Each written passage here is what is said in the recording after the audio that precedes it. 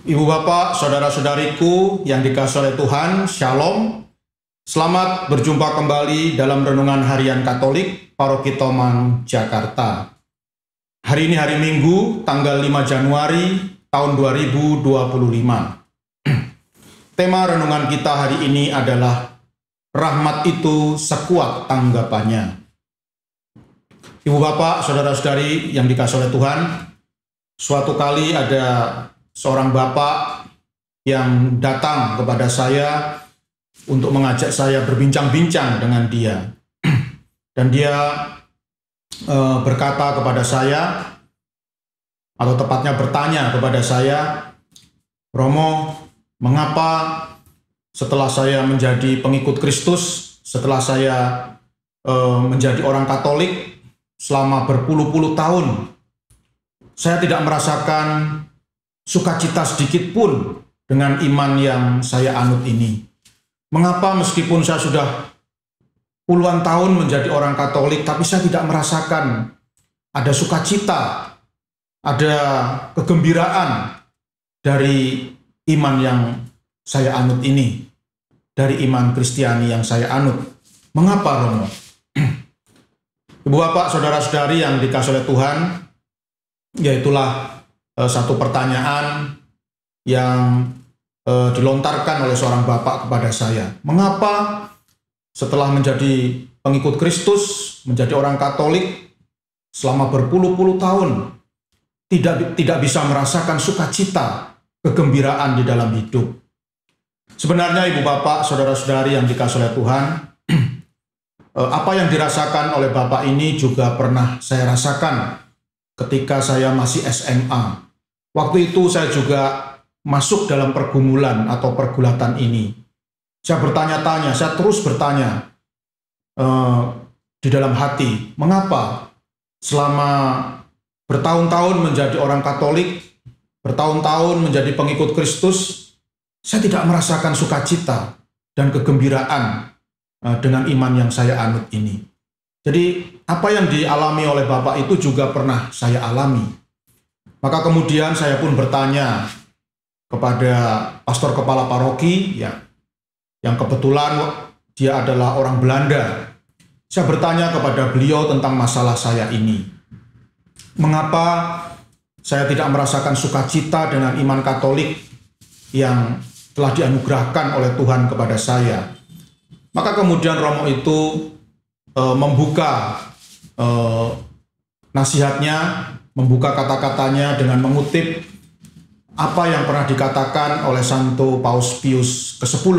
Santo Paus Pius ke-10 pernah berkata bahwa rahmat itu selalu sekuat tanggapannya. Rahmat itu berbanding lurus dengan tanggapannya. Artinya apa? Ya, kemudian Romo kepala paroki ini menjelaskan kepada saya bahwa mengimani Kristus itu butuh satu sikap kerinduan. Jadi dalam beriman kepada Kristus itu orang harus memiliki kerinduan yang besar untuk bergaul, untuk berjumpa dengan Tuhan Yesus Kristus.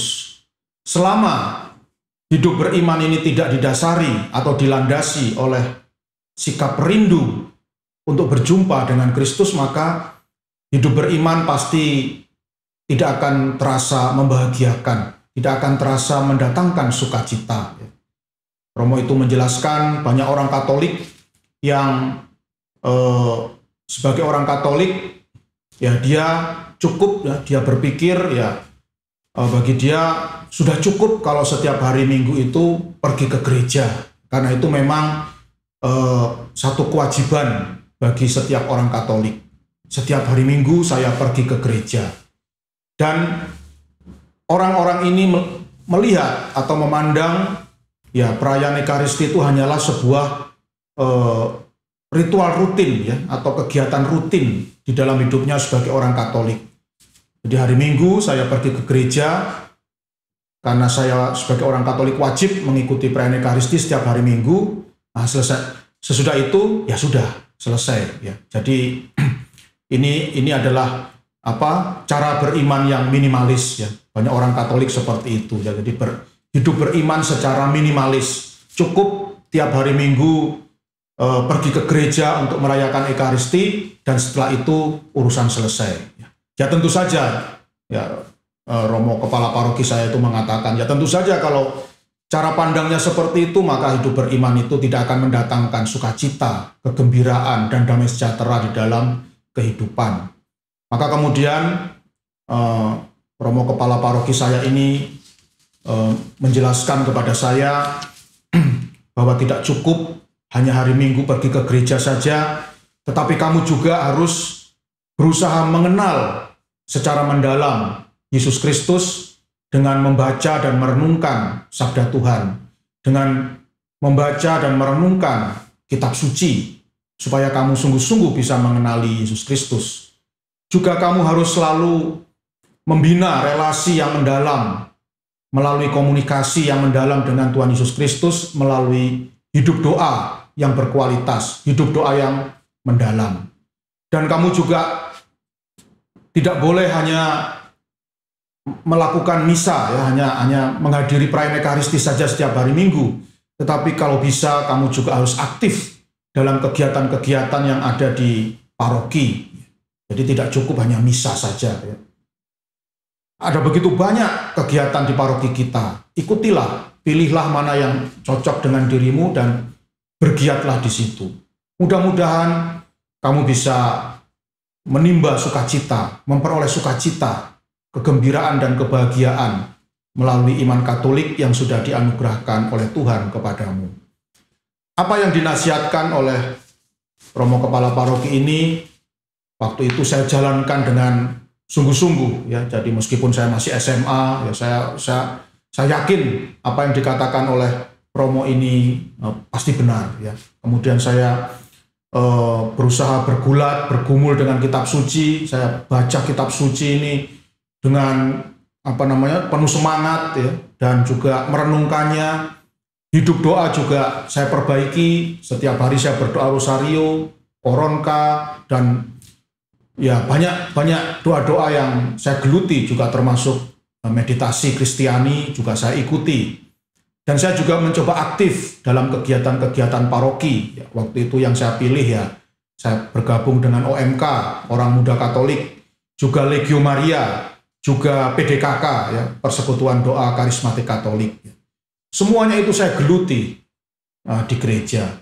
Dan memang apa yang dikatakan oleh Pastor Kepala Paroki itu ternyata benar. Ya. Setelah saya bergulat dengan kitab suci, berusaha mengenal Tuhan Yesus Kristus, ya, dengan membaca dan merenungkan kitab suci, dengan memperbaiki hidup doa yang mendalam, bergaul mesra dengan Tuhan, dan juga dengan aktif melakukan pelayanan di gereja melalui berbagai macam kegiatan yang ada.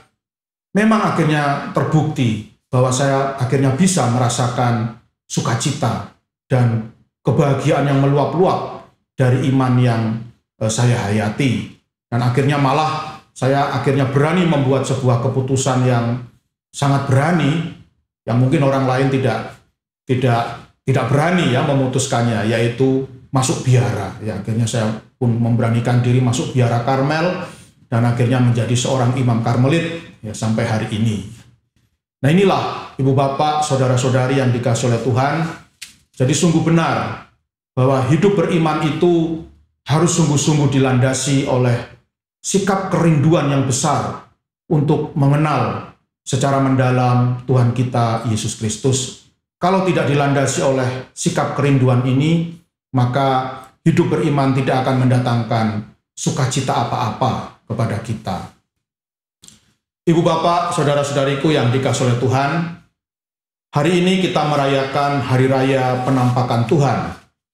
Dan di dalam Injil Matius bab 2 ayat 1-12 yang dibacakan dalam perayaan Ekaristi hari ini, dikisahkan tentang 3 orang Majus yang punya kerinduan besar untuk berjumpa dengan bayi Yesus, dengan bayi calon Raja Israel, sebagaimana yang dinubuatkan di dalam kitab suci bangsa Israel atau kitab suci orang Yahudi.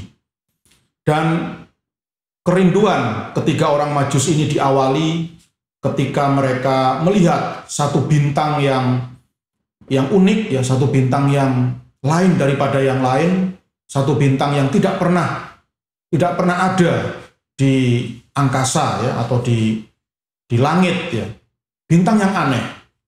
Lalu mereka pun melakukan studi, ya, ketika orang ini memang orang Majus itu artinya orang yang pandai, ya. Majus itu artinya orang cendekiawan. Jadi mereka ini memang orang-orang cendekiawan, ya. Tiga orang Majus ini.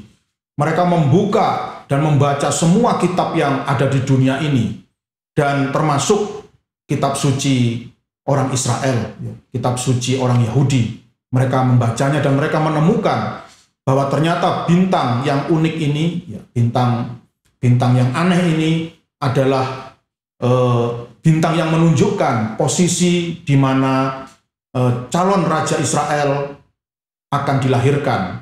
Dan bukan hanya calon raja Israel, tetapi juga calon raja dunia. Nah, inilah kemudian mereka memutuskan untuk berjalan mengikuti bintang ini, ya. Dan akhirnya kita tahu mereka sampai kepada bayi Yesus di kota Bethlehem, dan hati mereka pun dipenuhi dengan sukacita yang besar, sukacita yang mendalam karena perjumpaan mereka dengan Yesus Kristus. Dan mereka sungguh-sungguh adalah orang-orang yang sangat rindu, punya kerinduan yang besar untuk berjumpa dengan Yesus. Ini ditandai dengan hadiah-hadiah mahal, kado-kado mahal yang mereka persiapkan, ya.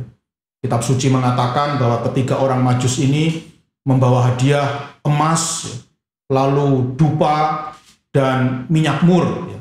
Ketiga benda ini bagi orang Israel adalah barang mewah, ya, barang yang sangat mahal. Dan itulah yang dibawa oleh ketiga orang Majus ini sebagai hadiah kepada bayi Yesus, ya. Ini menunjukkan bahwa ketiga orang Majus ini punya kerinduan yang besar untuk berjumpa dengan Yesus, dan mereka sungguh-sungguh mempersiapkan diri dengan baik untuk perjumpaan mereka dengan Tuhan Yesus Kristus. Oleh karena itu, Ibu Bapak, saudara-saudariku yang dikasihi oleh Tuhan, marilah di hari yang istimewa ini, Hari Raya Penampakan Tuhan, kita meneladani sikap ketiga orang Majus ini. Mari kita bangkitkan kerinduan yang mendalam, rasa rindu untuk berjumpa dengan Yesus Kristus, Sang Raja Dunia, untuk mengenal Tuhan kita Yesus Kristus secara mendalam. Harus ada kerinduan. Maka kalau kita punya kerinduan yang besar, ya, bagi orang yang punya kerinduan yang besar untuk menjalin relasi dengan Yesus Kristus, tidak cukup hanya setiap hari Minggu mengikuti perayaan Ekaristi lalu urusan selesai. Itu tidak cukup, ya. Jadi seperti yang dinasihatkan oleh Romo Kepala Paroki saya tadi, kita harus bergulat dengan kitab suci. Kita harus membaca, merenungkan kitab suci untuk semakin mengenal pribadi Yesus Kristus yang kita imani. Juga kita harus menjalin komunikasi yang intens, yang mendalam, yang mesra dengan Tuhan Yesus Kristus melalui doa-doa pribadi yang berkualitas, doa-doa pribadi yang mendalam dengan Tuhan kita Yesus Kristus. Dan juga yang ketiga, kita juga harus aktif dalam pelayanan dengan mengikuti kegiatan-kegiatan yang ada di paroki, ya. Di paroki Tomang ini sangat berlimpah sekali. Ada begitu banyak kegiatan-kegiatan yang bisa kita ikuti, ya. Ada Emmaus Journey, ada Marriage Encounter, Legio Maria, persekutuan doa karismatik Katolik, ya. Ada kursus evangelisasi pribadi, waduh banyak sekali, ya. Bahkan juga